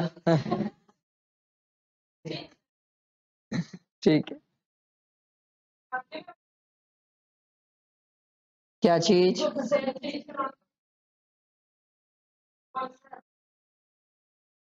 फिलहाल तो मेरे पास अभी कोई कैल्सी नहीं है, और मेरे पास घर में कैल्सी होता नहीं है, मैं जनरली अपनी वाइफ का चुरा लेता हूँ और उसके कैल्सी से काम कर लेता हूँ।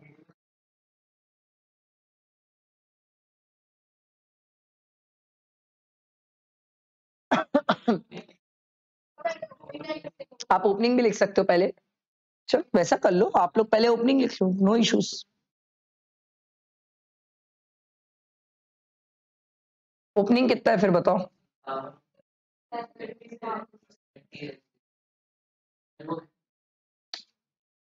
डिसाइड कर ले,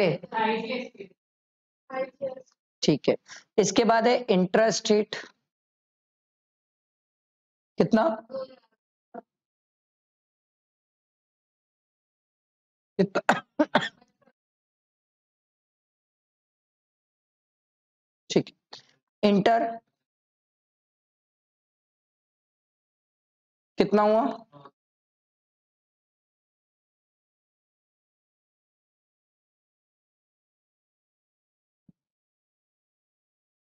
ये कितना आ रहा है,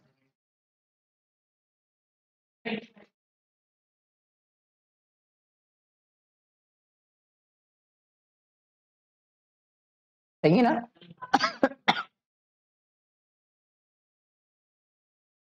एक रिक्वेस्ट है, मैंने मतलब आरटीपी में ना एक जो अभी वाली आरटीपी है उसमें ना क्वेश्चन के सॉल्व करवाया है, उसमें ना रिवर्स चार्ज वाला क्वेश्चन है, वो ना रिवर्स चार्ज वाले क्वेश्चन का ना प्रेजेंटेशन सीखना, मैंने जरूर देखना, सीखना। लास्ट टाइम भी मैंने बोला था, it matters a lot, it matters a lot. Reverse charge का प्रेजेंटेशन बहुत मैटर करता है, गड़बड़ हो जाएगी तो मार्क्स कट जाए। हो सकता है आप सही ट्रीटमेंट भी कर रहे हो बट प्रेजेंटेशन प्रॉपर नहीं हुआ तो मार्क्स काट देगा वो, ठीक है। फिर हम बोलते हैं सर ए माइनस बी, बोलो 3000 एक्स्ट्रा पे कर दियो सर, क्रेडिट पड़ी है। अगला,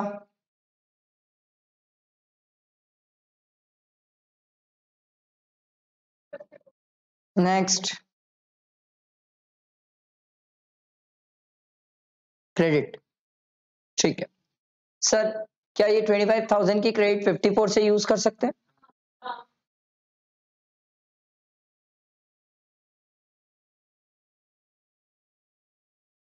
तो ये हो गया डैश, ये तो अभी भी 3,000 की क्रेडिट पड़ी है, और ये कितना हो जाएगा, तो 29,000 SGST पेबल। ध्यान रखना CGST क्रेडिट एस में मत यूज कर देना, वो पंगा हो जाएगा सर, ठीक है। आइए समझ,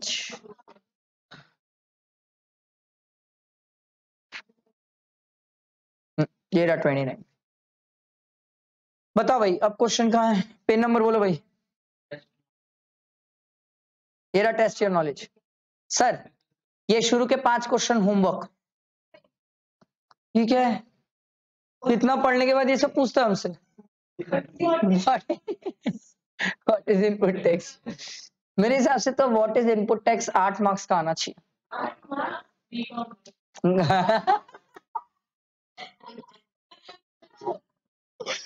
चलो ठीक है यार, ये भी थ्योरी क्वेश्चन है sir. What is the tax implication of supply of capital goods by a registered person who has taken ITC on such capital goods? Sir अगर capital goods यूज करके आगे सप्लाई कर रहे हैं तो उस केस में प्रोपोर्शनेट हटा देते हैं हम क्रेडिट। ये वही वाला किस्सा में लिखना होता है। अगला क्वेश्चन थ्योरी है सर, ये भी है ना होमवर्क, थ्योरी क्वेश्चन होमवर्क। अगला, registered person transfer its business to another person. हमने सिंपल सी बोली बात, सर क्रेडिट ट्रांसफर हो सकती है, हमें क्रेडिट ट्रांसफर करने से कोई दिक्कत नहीं है, बट सामने वाला भी रजिस्टर्ड होना चाहिए, ठीक है? होमवर्क थ्योरी क्वेश्चन, ठीक है? अगला, यहां से हमें अच्छा चलो अगला अगला अगला। Sir examine if the stand taken by the company is correct in law. Swastik Private Limited is a manufacturer of taxable goods. It purchased a machinery for 8 lakh on which IGST of 14,400 is paid. The company has claimed depreciation under the Income Tax Act 1961 on the full value of the machine. तो ITC नहीं मिलेगा sir, full value पे ले लिए। Practical theory question, ठीक है ठीक है। चलो अगला क्वेश्चन देखते हैं sir. Do you think Sigma consultant can avail such ITC? Examine the scenario with reference to the relevant legal provisions. Sigma consultant 9th मार्च को आप लोग की पहली एमटीपी आ रही है, मेरे सब्जेक्ट की टैक्स की, मैं बाकी की नहीं बात कर रहा, मैं टैक्स की बात कर रहा हूँ। 9th मार्च को एमटीपी आ रही है, एकदम तैयार हो जाओ सर देखने के लिए कि पेपर पैटर्न क्या होगा।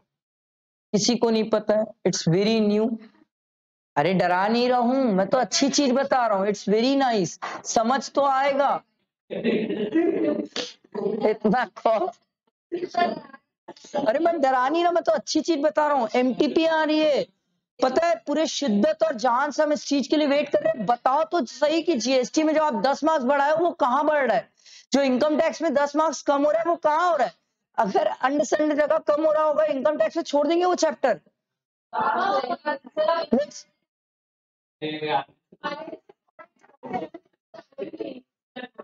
पढ़ते। Do you think Sigma consultant can avail such ITC? Examine the scenario with reference to the relevant legal provision. Sigma consultant, an LLP of the finance professional, provide financial consultancy services. It made an advance part payment of 1,18,000 inclusive of IGST at the rate of 18% in the month of October to Azuro Computer Services for developing a software. The software will be used by the LLP to enhance the precision of the financial advice given by it to the various clients. The balance payment is to be made after the successful test run. अच्छा question है, exam में आया हुआ है, ये नहीं आया है मतलब पूरे आईटीसी के बड़े से क्वेश्चन में एक पॉइंट डाल दिया था कि ये जो टेस्ट रन वाली कहानी है उसका क्या होगा। The balance payment is to be made after the successful test run on the software in the month of December. Sigma consultant has availed the ITC of IGST 18,000 in the return file for the month of October. अच्छा question ये है कि क्या sigma consultant ITC ले सकती है? बताओ भाई, आप ही लोग बताओ।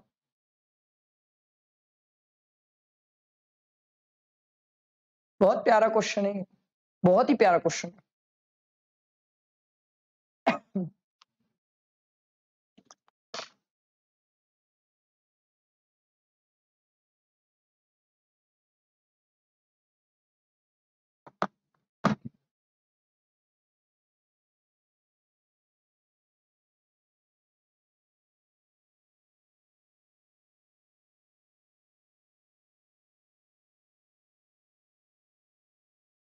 बोलो, पूरे अटक गए सबके सब एकदम, क्या हो गया?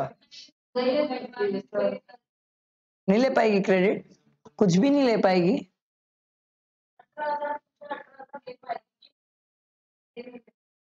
सोच लो,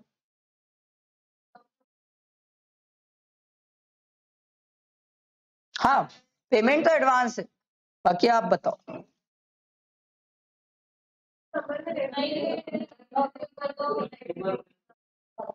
अब तो मैं चाहता हूँ आप आंसर पढ़ो।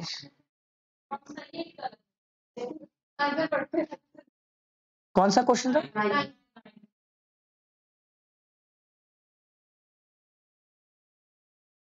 फिर मैं आपको कंफ्यूज, हाँ हाँ तो मेरा भी एक क्वेश्चन है, फिर मेरा भी एक क्वेश्चन है। लेट्स सी कितने लोग आंसर करते हैं। सर क्या सर्विसेज के केस में एडवांस पेमेंट पे जीएसटी होता है? क्या उसी टाइम उसको टाइम ऑफ सप्लाई हो जाता है?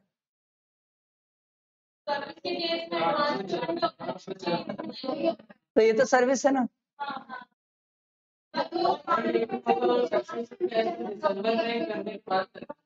आपको ये याद रखना है एग्जाम में कि सर जब तक टेस्ट रन नहीं होता है वो प्रोडक्ट अप्रूव नहीं होता है, ठीक है सर। उस प्रोडक्ट का रिमूवल, प्रोडक्ट का सप्लाई माना ही नहीं गया है, ये बहुत इंपॉर्टेंट है, ठीक है। ये बात ध्यान रखना सर। आपको भले ये बात छोटी लगे, एग्जाम में बहुत कंफ्यूज कर देगी।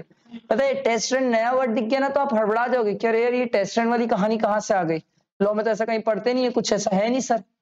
बट ये चीज ध्यान रखने वाली बात, क्लियर हुआ सबको? ध्यान रखना सर इसको। कौन सा क्वेश्चन था? 9th और 10th देखते हैं, ठीक है। A taxable person is in the business of information technology by the, क्या पूछता है हमसे, कितने लेवल पे पढ़ने के बाद क्या क्या पूछ देता है हमसे। देखो sir, give your comments. A technical testing agency test and certify each batch of machine tool before dispatched by the BMT Limited. Some of these tools are dispatched to a unit in a SEZ without payment of GST as the supplies are not taxable.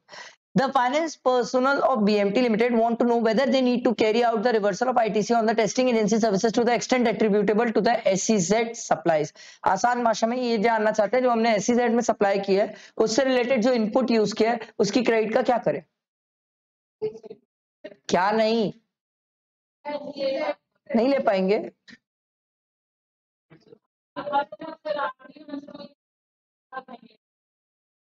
मैं तो आपको बोल रहा हूँ, आप सोचो ना sir. अरे बताओ जल्दी बताओ जी।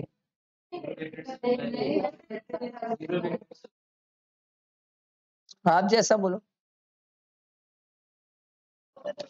ठीक है, कितने लोग बोल रहे क्रेडिट मिलेगी? अभी तो था सर। कितने लोग बोल रहे नहीं मिलेगी? हाँ। अब आंसर्स चेंज हो रहे हैं, बहुत स्पीड से चेंज हो रहे हैं। छवि अपन क्या बोले थे अभी? हाँ take your time ma'am please.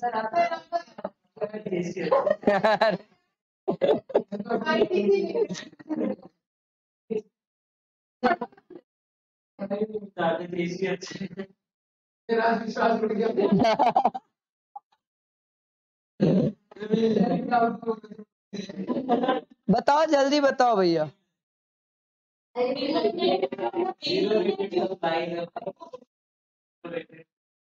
सोच लो।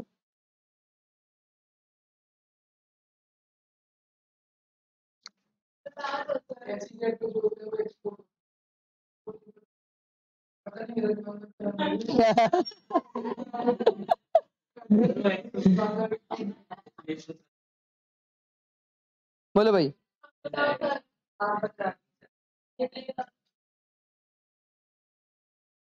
पक्का? तो क्रेडिट मिल रही है, कितने लोग बोल रहे हैं? कितने लोग बोल रहे हैं क्रेडिट नहीं मिल रही है? सब पलट गए, सब पलट गए। बता सर, हमने ये सीखा था सर, एसईजेड को अगर सप्लाई करते हैं या टू और बाय एसईजेड होता है तो सर उस केस में उसको सर जीरो रेटेड एक्सपोर्ट माल कंसीडर किया जाता है। तो उस केस में क्रेडिट क्यों नहीं मिलेगी? क्यों नहीं मिलेगी? सेक्शन 17, ठीक है, वो बोलता है कि सर हम जीरो रेटेड एक्सपोर्ट एसईजेड इनमें क्रेडिट देंगे, हम देंगे, इनमें कोई दिक्कत नहीं है सर। इनको नहीं दोगे तो जीवन में किसको दोगे क्रेडिट? अगला देखो, A B R registered person who pay tax under composition scheme However, with effect from 31st July, AB becomes liable to pay tax under regular scheme. Is AB eligible for any ITC? बोलो कैसे? आप बताओ ना, आपने बोला हाँ, तो कैसे, किस चीज की क्रेडिट दोगे? किसकी?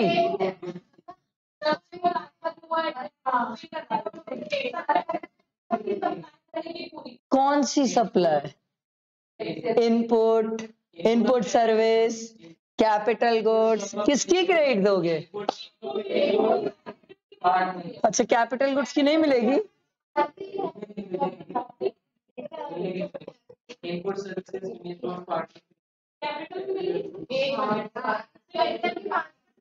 मैं क्या मना कर रहा, देख लो समरी बुक। सर मिलेगी ना, कैपिटल गुड्स की भी मिले। नालायक, ये ना, ये ऐसा आंसर सर, जितना भी सप्लाई, ये क्या होता है भाई, जितना भी सप्लाई, ऐसे कैसे आंसर वो? सर इनपुट की मिलती है, कैपिटल गुड्स की मिलती है, बट कैपिटल गुड्स की प्रोपोर्शनेट 5% हटाना पड़ता है, जितने परसेंट हम जितने टाइम पीरियड हम उसको कंपोजिशन के लिए यूज किए। ठीक है, चलो लो। नहीं, ऐसे कैसे हो जाएगा, या हो सकता है। चलो अगला बताओ सर। चलो ये तो स्क्रीन पे है, बताओ क्या होगा इसका। Babla Enterprises is exclusively engaged in making exempt supply of goods and it's thus not registered under GST. On 1st October, the exemption available on its good gets withdrawn. On that day, the turnover of Babla Enterprises was 45 lakh. बताओ भाई, किस चीज की?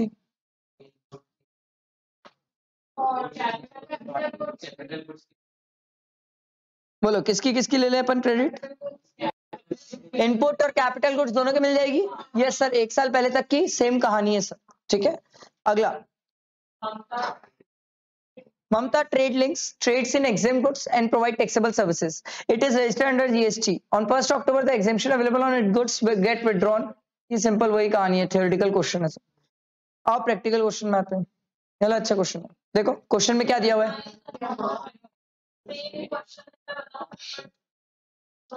Determine the amount of ITC that can be availed by Harshgeet Private Limited for the month of July by giving necessary explanation for the treatment of various items subject to the information given above. All the other conditions necessary for the availing of ITC has been fulfilled. चलो भाई, raw material नहीं, पहले तो ऊपर नाम, हर्षगीत private limited है registered supplier. ठीक है, is engaged in the manufacture of taxable goods. The company provide the following information pertaining to the purchase made, services availed by it during the month of July. Raw material to be received in the month of September.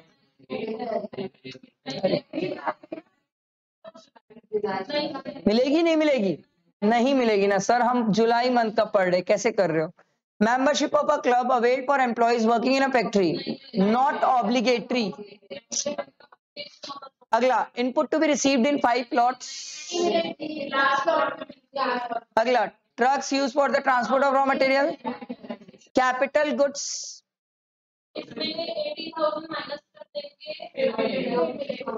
कितने की मिल जाएगी? 70,000 की मिल जाएगी।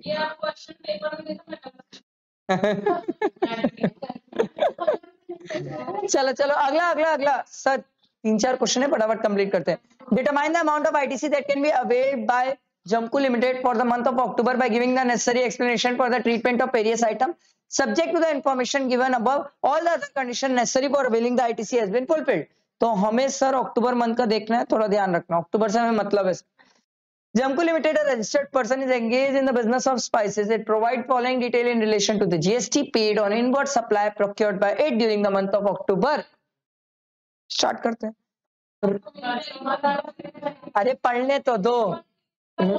Raw spices purchase, customer वाला, personal use of director।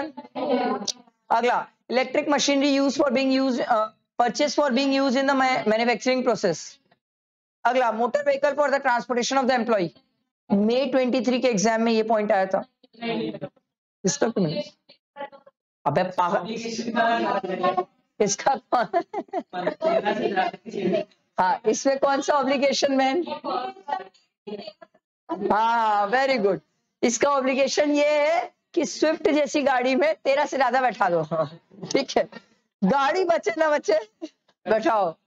आगे देखो sir, चलो, payment made to contractor for construction of staff quarter. Sir ये भी पॉइंट आया था, ये पॉइंट आया है सर, मी 23 के एग्जाम्स में आया, नहीं मिलेगी सर क्रेडिट। ठीक है, स्टाफ क्वार्टर वाला थोड़ा ध्यान रखना, ये पॉइंट एग्जाम में कई बार कंफ्यूज कर देता है। अगला देखो sir, you are required to determine the ITC that can be availed by Diana Limited for the purchase of for the month of March by giving brief explanations for the treatment of various items. Subject to the information given above, all the other conditions necessary for availing the ITC has been fulfilled. Okay. Diana Limited, a registered supplier from Maharashtra, is engaged in the manufacturing of passenger autos. The company provides the following detail of the purchase made, services availed by it during the month of March. March काम का होता है sir. Purchase of iron which is used as a raw material. Goods were received in two lots, first in March, second in April. अच्छा, exam में कई बार ना ध्यान रखना, हो सकता है आपको डिटेल्स मार्च की दे दे और कई बार क्वेश्चन में बोल दे कि आप अप्रैल मंथ में भी कितनी क्रेडिट है ये भी बताओ, तो हड़बड़ाना नहीं, अप्रैल का ही बताना। ठीक है, purchase of accessories which were delivered directly to the dealer of the company on the direction of Diana Limited. Only invoice were received by Diana Limited. क्या मिल जाएगा? क्या इसी को bill to ship to model बोलते हैं? मिल जाएगा ना क्रेडिट। अगला, purchase of bus sitting capacity 15 मिल जाएगा। General insurance taken on a car sitting capacity 5 used by the executive of the company for official purpose. अगला क्वेश्चन देखो, examine the availability of ITC with the Comfort Private Limited in respect of the IT engineering services received by it from a Hi-Fi Infotech Private Limited. Comfortable Private Limited is registered under GST in the state of Odisha. It is engaged in the business of manufacturing of iron and steel product. It has received IT engineering services from Hi-Fi Infotech Private Limited for 11 lakh. अच्छा, excluding GST on 20th October. Invoice for the services was rendered was issued on 5th November. क्या invoice 30 days के अंदर issue हुआ है? अरे हुआ है ना, याद है ना, टाइम ऑफ सप्लाई पढ़ते हैं। Comfortable Private Limited has made part payment of 4,20,000 on 30th November. ठीक है, being unhappy with service provided by the Hi-Fi Infotech Private Limited, it did not make the balance payment. Deficiency in services rendered was made good out by the Hi-Fi Infotech Private Limited by 15th April of the next year. Comfort Private Limited make the balance payment on 6th July of the next year. Credit पूछ रहा, बताओ भाई। हाँ,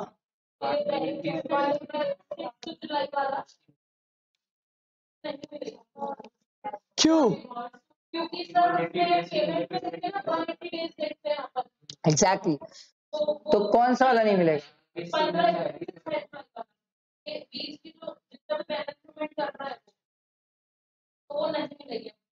किस reason से? ठीक है, interest भी आ जाएगा। डेट ऑफ इनवॉइस से लेके 180 डेज चेक करेंगे, इसको ऐसे याद रखना, इनवॉइस से लेके 180 डेज चेक करेंगे। क्या 180 डेज के अंदर पेमेंट कर दिया तो क्रेडिट मिलती है, नहीं तो नहीं मिलती। सर इनवॉइस कब इशू हुआ था सर? 5 नवंबर। 5 नवंबर से अपन 180 डेज देखेंगे और चेक करेंगे इसके बीच में पेमेंट हुआ है कि नहीं हुआ है। हो गया तो वेल एंड गुड, क्रेडिट ले लो सर, नहीं हुआ तो क्रेडिट नहीं मिलती है। देखो ये वाला तो पेमेंट हो गया, इसकी क्रेडिट की कोई बात ही नहीं है, कोई इशू नहीं है। बट बात ये है सर, जो बैलेंस है वो पेमेंट कब हो रहा है सर? 6 जुलाई। सर ऑब्वियस ही बात है, आप इसको करके देखना, 180 डेज से ज्यादा हो जाएगा। तो सर जितने एक्स्ट्रा डेज होंगे, आप 1 मिनट ध्यान से सुनो, पहले तो 180 डेज में नहीं किया पेमेंट तो क्रेडिट रिवर्स, बाद में इसने 6 जुलाई को पेमेंट किया तो क्रेडिट वापस मिलेगी। पर सर इस बार इंटरेस्ट आ जाएगा पिक्चर में। मेरा क्वेश्चन ये कितने दिन का? हाँ हाँ, जितना जितना कितना, हाँ करके देखो ना, देखो ना।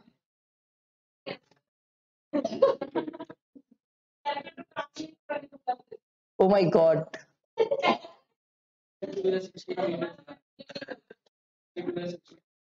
बताओ बताओ, डेज चाहिए मेरे को बहन, एग्जैक्ट चाहिए।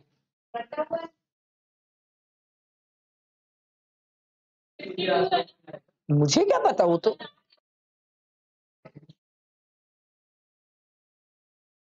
वो तेरे को कैल्सी दे रही है, कर ले।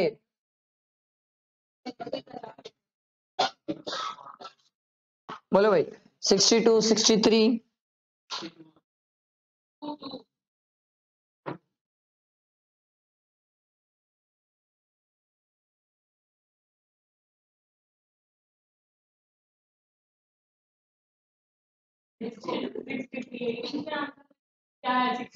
पीछे आंसर ही नहीं है, जा ढूंढ ले। 62, 63 लिखा ही नहीं है। नहीं, आप बताएंगे। अच्छा पहले ये देखो, 180 डेज कौन से दिन खत्म हो रहा है? 4 मई को खत्म हो रहा है, तो 4 मई तक तो मेरे पास टाइम था। अपन 5 मई से 6 जुलाई तक पहुंचेंगे। मई में कितने दिन हो गए सर? अबे 30, 31 में तो मत कंफ्यूज। ठीक, 27 ये हो गए मई के, जून में 30 और जुलाई के 6।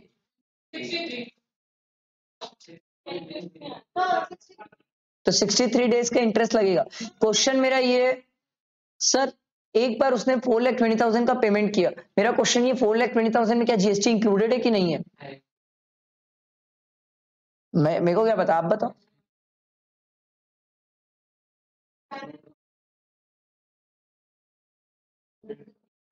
सर आप समझ नहीं रहे हो, वो पार्ट पेमेंट जो किया था उसके बाद उसने पेमेंट के लिए मना कर दिया था, तो प्रैक्टिकली इसमें जीएसटी इंक्लूडेड है सर। ठीक है, थोड़ा ध्यान रखना, इसमें जीएसटी इंक्लूडेड है, क्योंकि उसके बाद तो वो मना कर दिया था ना कि नहीं करूंगा पेमेंट, डेफिशिएंसी है सर्विस में। ठीक है, बाद में वो डेफिशिएंसी सुधार दिया सर्विसेज की, तो बैलेंस उसने पेमेंट किया, बट एक बार तो मना कर दिया था, तो इस अमाउंट पे जीएसटी इंक्लूडेड था सर। आई बात समझ? अरे समझ आया? आगे नेक्स्ट क्वेश्चन देखो। ठीक है, हाँ। Examine the availability of ITC with Diwan and sons, Karim and Bruce. चलो देखते हैं, लास्ट 2 क्वेश्चन ये सर, ये और इसके बाद बस खत्म हो जाएगा। Diwan and Sons of New Delhi has placed an order of 250 kg of plastic granules at the rate of 50 rupees per kg, exclusive of GST. Karim and Rose of Noida, UP. अच्छा ठीक है, on Karim and Rose of Noida, UP, उनको order दिया है। Karim and Rose have agreed to deliver the goods at the warehouse of the Diwan and Sons at New Delhi. While the order was getting packed at the factory of Karim and Rose, Diwan and Son got an order from Shubhkamna Sale of Hapur, UP for 250 kg of plastic granules at the rate of 60 rupees per kg. समझ आ रहा है? सबको ये समझ आ रहा है ना sir? Sir वो सामने वाले को बोला भाई मेरे को गुड्स चाहिए, अब जब तक वो ऑर्डर दिया तब तक मेरे को किसी और से ऑर्डर आ गया है। ठीक है, समझ आ रहा है ना? ठीक है, दीवान वाला खरीदा था करीम से, ठीक है, दीवान वाले के पास शुभकामना वाले का ऑर्डर आ गया, ये क्लियर है? ठीक। In order to save in transportation cost, Diwan and Sons asked Karim and Rose to directly deliver the plastic granules to Shubhkamna Sale at a godown located in Hapur. Accordingly, Karim and Rose have delivered the plastic granules at the godown of the Shubhkamna Sale at Hapur. Availability of ITC, क्या ITC मिल जाएगा? Yes sir, ये क्या है, bill to ship to model है, ये तो क्यों नहीं मिलेगा क्रेडिट? एक अच्छा क्वेश्चन पूछ, इस क्वेश्चन में प्लेस ऑफ सप्लाई क्या है?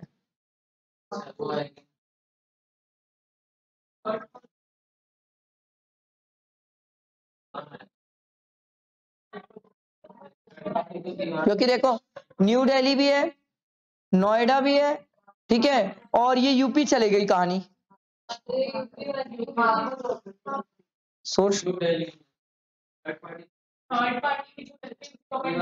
एक्जैक्टली थर्ड पार्टी को मानते हैं प्लेस ऑफ सप्लाई, तो थर्ड पार्टी कहाँ है सर?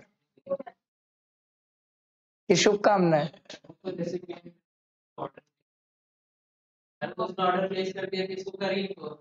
याद करो bill to ship to model में ना, ऐसे हम जब प्लेस ऑफ सप्लाई पढ़े थे रेगुलर क्लास में, तो ऐसे डायग्राम बनाए थे हमने कि ये इधर से इधर गया, फिर ये इधर से इधर गया, तो फिर 2 अलग अलग ट्रांजेक्शन्स हुए थे, 2 अलग अलग प्लेस ऑफ सप्लाई की बातें आई थी, याद है सर? ये क्वेश्चन बहुत प्यारा है, ये क्वेश्चन प्लेस ऑफ सप्लाई के लिए डेफिनेटली तैयार है ये क्वेश्चन। ठीक है, अच्छा क्वेश्चन है, सच में अच्छा क्वेश्चन है, ये आराम से प्लेस ऑफ सप्लाई के लिए आ सकता है। ये क्वेश्चन बहुत इजी है, क्या ये बना लोगे? मेरे ख्याल से बन जाएगा, जैसा हमने ऊपर बनाया सिर्फ अमाउंट चेंज हुआ है, अमाउंट वहां पर डाल लोगे तो बन जाएगा ये क्वेश्चन, सिमिलर है, सेम है, ठीक है? हाँ बहन, ठीक है, चलो हमारा आईटीसी कंप्लीट हुआ, ठीक है, ओके, थैंक यू।